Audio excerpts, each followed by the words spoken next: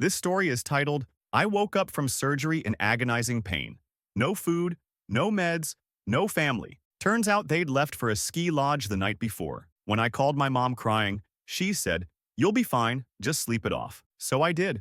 For 12 days. By the time they got back, I was gone, and so was something they never expected to lose. I'm typing this on my phone with my leg propped up on a stack of frozen corn bags because the actual ice packs are upstairs, and I can't get up the stairs. My meds wore off 4 hours ago. I haven't eaten since yesterday morning. The house is dead silent except for the occasional whir from the fridge, and I'm still not sure if I imagined all of it. But I didn't. I know I didn't. Because they really left. The night before my surgery, everyone was acting weird. My mom, Becky, 56, loves inspirational mugs and guilt-tripping people, kept asking if I had everything ready, which was strange since she was supposed to be the one helping me post-op. My brother Trent, 29, corporate dullard by day, vacation king by night, was texting furiously, and my dad, Mark, 60, specializes in ignoring problems until they explode, kept avoiding eye contact. I chalked it up to nerves. Surgery's not a picnic for anyone, right? I went under thinking I'd wake up groggy but safe, surrounded by people who cared. Instead, I opened my eyes to fluorescent lights and a nurse asking me who was supposed to pick me up. I blinked at her like a fish out of water. "My mom," I croaked, throat dry. "She said she'd be here." The nurse gave me this smile, pity disguised as professionalism. "Sweetheart, we've been trying the number you gave us. It's going to voicemail. They discharged me anyway. Said it was outpatient, nothing complicated, just rest and follow-up meds." They wheeled me out to the curb like some Amazon return. I called. I texted. Voicemail. Silence. Finally, I caught Trent on the phone. I asked where they were. He laughed. Actually laughed. "We're halfway to Aspen, man. You didn't know." He sounded so relaxed, like he wasn't talking to the sibling he'd left behind with a knee the size of a football. "Mom said you'd be fine. Sleep it off or something." I hung up. I didn't scream. I didn't cry. I just sat there, alone on the porch in my robe and surgical socks, until my neighbor Rick noticed and helped me inside. 12 days. That's how long they were gone. 12 full days with no groceries, no meds, except what I could stretch, and a fridge that looked like a graveyard of expired condiments. I lived off crackers and ice water and the absurd belief that someone would eventually remember I existed. No one did. But when they got back, they walked into a house that didn't quite work the way it used to. And neither did I. The first thing I noticed when they came back wasn't the fake concern or even the smell of takeout they brought in. It was the sound of them laughing. They walked in like it was a regular Tuesday. My mom dumped her ski boots by the door, looked me up and down from the kitchen doorway and said, "Oh good, you're up. You look pale. Maybe get some sun." I was in the same spot on the couch I'd been rotting on for nearly 2 weeks. I hadn't showered. My leg was swollen and angry under the brace. My skin itched from not being able to clean it properly. I stared at her like she was speaking a different language. "You left," I said. It came out flat. Not angry. Just dead. She blinked. "Don't be dramatic. We needed the trip." Needed. As in more than I needed post-op care. More than I needed pain meds and someone to help me use the bathroom. More than I needed food. She walked past me, pulled a smoothie out of the blender, and offered it to Trent. Not me. Trent grinned at me like we were in on some joke. "Told you you'd be fine. Still alive, aren't you?" I should have screamed. Or thrown something. But I didn't. I just nodded. Yeah, I survived. What I didn't say was, "But your keycards won't." Because while they were gone, in between pain naps and rationing crackers, I had time to think. Time to remember just how much of the house's infrastructure, digital and otherwise, ran through me. I was the family IT guy. Passwords, backups, smart locks, the thermostat app. Everything was linked through the home server I set up 2 years ago. They treated me like dead weight, like some needy afterthought. But I was the damn backbone. And when I realized no one was coming, I decided they didn't deserve the version of me that quietly held it all together anymore. So that night, while they slept in their cozy beds upstairs, I got to work. Reset router credentials, locked them out of their shared drive, disabled the guest Wi-Fi, changed every streaming password, wiped the calendar I used to sync appointments for everyone, from mom's therapy to dad's car inspections. I even changed the garage door code. I didn't destroy anything. I didn't touch their bank accounts or emails. I just removed myself. Every piece of me they used like a utility, gone. By morning, Mom couldn't turn on her meditation playlist. Trent's Xbox wouldn't connect. The house was too hot because the thermostat was stuck in eco mode. And Dad couldn't get into his own home office. They thought I was being petty, but I was just showing them what it really looks like when I'm not around. And that was just the warm-up. The screaming started at 7:13 a.m. I was still in the living room, half awake on the couch, knee propped on pillows, when I heard it. First Mom, her "someone hacked the Roku again" tone. Then Dad, stomping down the hall like a tax collector who lost his clipboard. And finally, Trent yelling, "What do you mean the garage won't open?" It was glorious. See, when I said I was the backbone, I wasn't joking. I wasn't just the tech guy. I was the scheduler, the digital janitor, the password reset whisperer. Want to know why their Hulu was working? Me. Why their car insurance never lapsed? Me. Why the utilities stayed on when Dad forgot to set up autopay again? Also me. And now? Not my problem. I sipped my water slowly, dramatic as hell, while Mom burst into the room holding her iPad like it personally betrayed her. "Did you change the Wi-Fi?" she demanded. Hair a mess, ski tan still visible. "Nothing is working. I can't even access my Calm app." I shrugged. Maybe the router needed a vacation too. Trent snorted behind her. "Seriously? Grow up. We've been back, what, 12 hours and you're already being a baby?" I set my glass down. "I had surgery. You left. No meds, no food. For almost 2 weeks, I could have died down here and you'd have come home to a corpse in pajama pants." They didn't deny it. That's what stuck with me. No apology. No, "We thought you'd be okay." Just silence. My dad finally grumbled, "We didn't abandon you. We needed a break. You were supposed to be independent." "You mean like I've been for the last 10 years while also running your lives?" I said, voice shaking. "Well, congrats. Now you get to be independent too." I thought Mom might cry. Not for me. For the inconvenience. But instead she just walked off muttering something about mental illness and how I always make things difficult. So I packed a bag, took the last of my meds, the charger, a half-finished journal, and limped out the front door. Didn't say goodbye. Just left the house with the same silence they gave me while I was laying there, helpless and forgotten. I texted my cousin Sarah, the only one in the family who ever looked me in the eye. She picked me up without questions. I've been crashing in her guest room ever since. It's not the Ritz, but it's warm. There's food, and someone who actually knocks before barging in. That was 3 days ago. Today, I got a voicemail from Mom. Her voice was cold. "Your little tantrum ruined everything. Your father missed his meeting. Trent's job interview was a mess because he couldn't print. Hope you're happy." I played it twice. Then I deleted it, because tomorrow, I'm going to give them something even worse than silence. I'm going to give them a story they'll never live down. Update 1. Wow. So I didn't expect the first post to get that kind of attention. I wrote it on a busted knee with a rage headache and a box of saltines in my lap, thinking maybe 3 people would read it and go, "Damn, that sucks." Instead, my inbox is an apocalypse. To the 3,000 of you who said, "Go no contact," noted. To the person who suggested mailing them a single, frozen chicken nugget every month as psychological warfare, you're not well, but I respect the energy. So here's what's happened since I dipped. 1. My cousin Sarah, literal saint, 31F, owns a pit bull that likes to sit on my broken leg like it's a throne, has been housing me. She also read my post and cried because she didn't know any of this. Said she always assumed I was the independent one who didn't want to come around. Sound familiar? Yeah. 2. My mom tried calling again. Left a voicemail this time saying I made them look bad in front of extended family because Dad's work Zoom wouldn't connect, and Trent missed an e-signature deadline. Not because I sabotaged anything, just because they realized how much I actually did. 3. Then came the kicker, the group email. Yup, Mom's favorite tool of emotional terrorism. It was titled Family Healing Opportunity. In it, she said she understands I was hurt, but that everyone needs to move on now and stop being vindictive. My reply? I BCC'd everyone, and I dropped the real story. I wrote the whole thing. Not with rage, not with petty jabs, just the facts. Left alone after surgery, no food, no meds, abandoned. I included timestamps. The receipts? They weren't screenshots. They were moments, quotes, exact phrases burned into my brain like, "Just sleep it off, and you're not our responsibility." I ended it with one line. If being a good son means disappearing quietly, then I finally understand why silence is your favorite language. But not anymore. Sarah clapped when I hit send. Trent's wife, oh yeah, she got looped in too, texted me that night. "I didn't know. I'm sorry. You deserved better." I don't want her pity. But that text?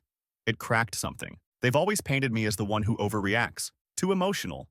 Too intense. But now the story's out. The silence is broken. And for once, they're the ones trying to control the damage. 2 days after the email, my dad showed up. Didn't call, didn't text, just knocked on Sarah's door like it was 1998 and he needed to borrow sugar. I heard his voice through the peephole before I saw his face.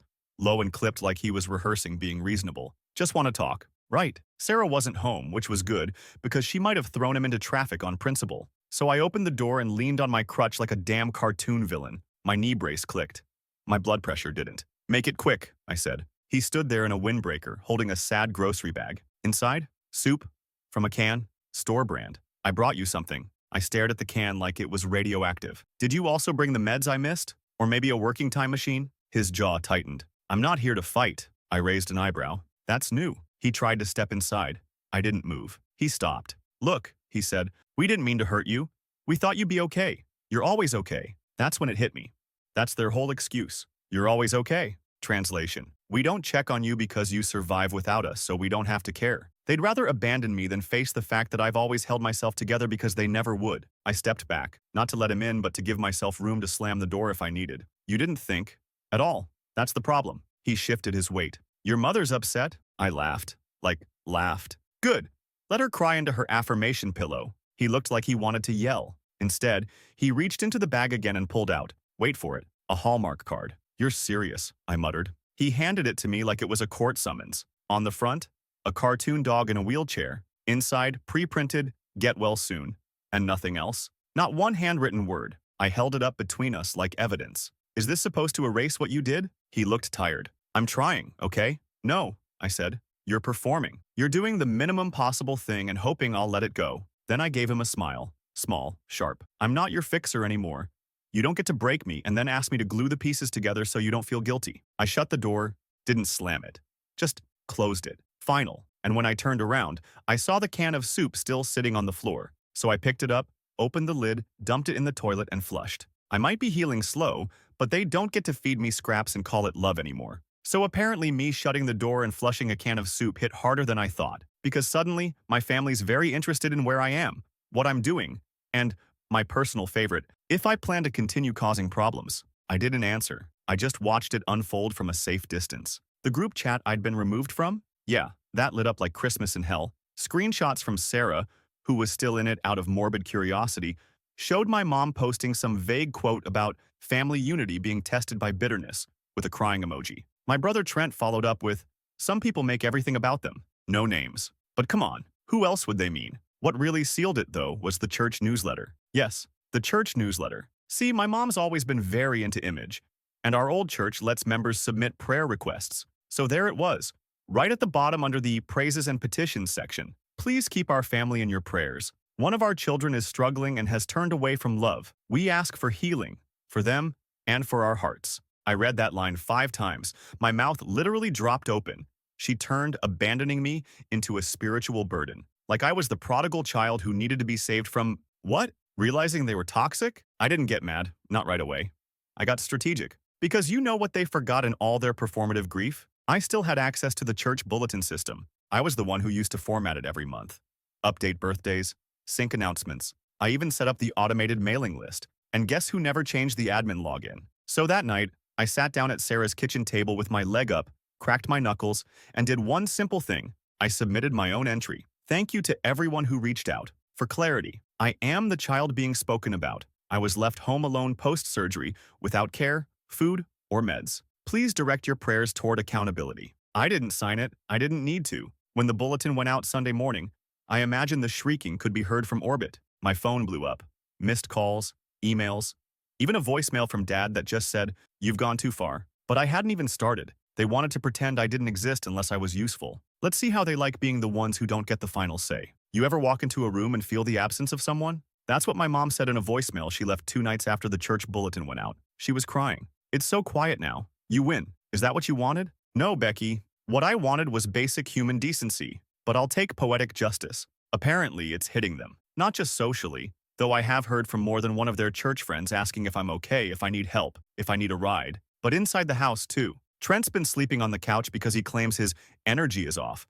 Translation: he's not getting his daily tech support and can't figure out why the smart lights are flashing red. Dad missed 2 bill payments because, shocker, I was the one who set up alerts for their due dates. And Mom? Oh, she tried to host her little book club Zoom meeting and couldn't figure out how to log in. They're unraveling. Meanwhile, I'm healing. I went to a physical therapy appointment today. First one outside the house since surgery. Sarah drove me. She even packed snacks. I didn't know what to say, so I just said, "Thanks for not being them." She smiled like it was the most obvious thing in the world. That's a low bar, but I'll take it. Later that night, I got a text from someone I hadn't expected. Trent's wife. It was short. Just, "I didn't know. He told me you flaked." "I'm so sorry." I believed her. I didn't reply right away. I just stared at the message. Because here's the thing. I've spent years being edited out of my own family's story, labeled dramatic, ungrateful, difficult, but now the truth's leaking through. And then came the kicker. Sarah came home holding a manila envelope. "This was in your mailbox," she said. Inside, a letter, handwritten, from my mom. "I don't know how to fix this," it read, "but you don't get to humiliate us. Not like this." I laughed. Actually laughed. Because even in her apology, if you could call it that, she couldn't admit to what she did. It wasn't, "I'm sorry we left you." It was, "I'm sorry people found out." That was yesterday. And today I made the final move. But that's in the next update. Because when I say I took something they never expected to lose, I mean it. Update 2. All right, Reddit, strap in. Because after everything, the abandonment, the soup, the newsletter, the voicemail about how quiet the house was, I realized something. They never feared losing me. They feared losing their version of me. The one who was dependable, silent, invisible, but useful. So I took the only thing that made me that to them. I took my presence. And I gave it away. See, while I was holed up on Sarah's couch with nothing but my rage and some pretty decent muscle relaxers, I started organizing. I went through old photos, old files, old text threads, every nice thing I ever did, every birthday I made special, every school project of Trent's I helped with while Mom supervised. And then I made something, a scrapbook. Not digital, not shareable, just real, messy, tactile, a patchwork of moments no one ever acknowledged. Me in the background of every family photo, me behind the camera, me setting the table, cleaning up, babysitting, buying gifts, fixing disasters. I even printed one of the texts where Mom said I was the glue that held us all together 3 years ago, back when she wanted something. Then I wrapped it up and mailed it, not to them, to my aunt, Mom's sister, the only other person in this family who knows how much I've held up behind the scenes. And I asked her for one thing, read it, then show them. I didn't want money. I didn't want pity. I wanted them to see what they threw away. Not just a body recovering on a couch, but the damn scaffolding they built their lives on. She called me crying, said she had no idea, said my mom broke down in the middle of page 3, said my dad didn't speak for a full hour. I didn't feel triumphant. I felt done. For once, the silence was mine, chosen, not given, and I wasn't alone. I was with Sarah, with friends who checked in, with people who didn't need tech help or bill reminders to remember I exist. So yeah, they came home to a house without me. But what they really lost was the comfort of thinking I'd never leave. They showed up. I knew they would eventually. You don't lose your emotional punching bag and your unpaid IT guy in one go without noticing the void. It was a Sunday afternoon. Quiet, peaceful. I was halfway through a real meal, chicken, actual seasoning, vegetables, and everything, when Sarah peeked through the blinds and said, "They're here." I didn't move. Didn't even flinch. Just chewed. The doorbell rang once, then again. Then came the knocking. I limped over. Not because I wanted to let them in, but because I needed to see their faces. It was all 3 of them. Mom, Dad, Trent, standing there like the holy trinity of selective memory. Mom started first. "Can we come in, please?" I opened the door enough to step outside, then closed it behind me. "No," she blinked. "We're just trying to talk. You've made your point." I laughed. "I don't think I have. Not fully." Trent crossed his arms. "You didn't have to make this a whole public performance," says the guy who posted ski selfies while I was begging for help getting to the bathroom. Dad cleared his throat. "Look, we know we messed up." "No, you don't," I cut in. "You know you're embarrassed. That's not the same." Mom's voice cracked. "What do you want from us?" And there it was. The question that always comes too late. That never gets asked when you're hungry, shaking, and alone in the dark. Only when the damage can't be patched with a Hallmark card and reheated guilt. I looked at them. Really looked. My dad, clutching the keys to the car I used to drive him to the airport. Trent in his expensive jacket I helped him pick out. My mom in the scarf I bought her last Christmas, because I thought maybe that year she'd remember me.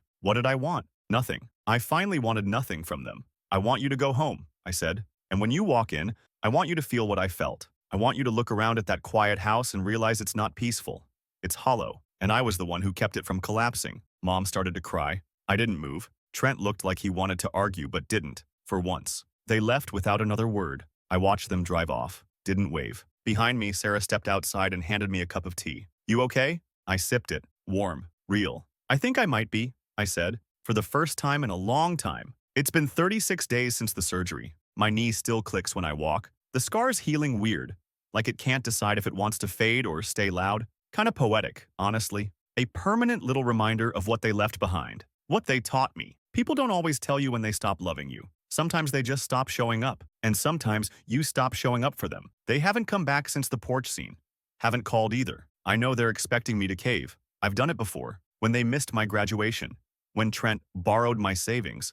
When Mom told the family I was going through something instead of admitting I was depressed. But this time, I didn't just walk away. I redefined the perimeter. Sarah helped me move into a small rental across town. It's not much, 2 rooms and a thermostat that hates me, but it's mine. No shared calendars, no quiet expectations hanging over my head like spider webs, just walls that don't echo with disappointment. I got a new number. I didn't tell them. The scrapbook that broke them? I mailed the original back to the house last week. No note, just addressed to the ones who forgot. Sarah thought it was harsh, but it wasn't for them. It was for me. Closure, like the kind they never offered. Yesterday, I sat down and made a list of everyone who reached out after the church bulletin. The people who called, texted, checked in. It wasn't a long list, but it was enough, because those are my people now. Not the ones who left me starving in a dark house post-surgery. Not the ones who needed a martyr, not a son. Not the ones who tried to make me feel small unless I was useful. Number. The ones who see me. Whole. Even with a limp, even with scars. Even with a story I shouldn't have had to survive.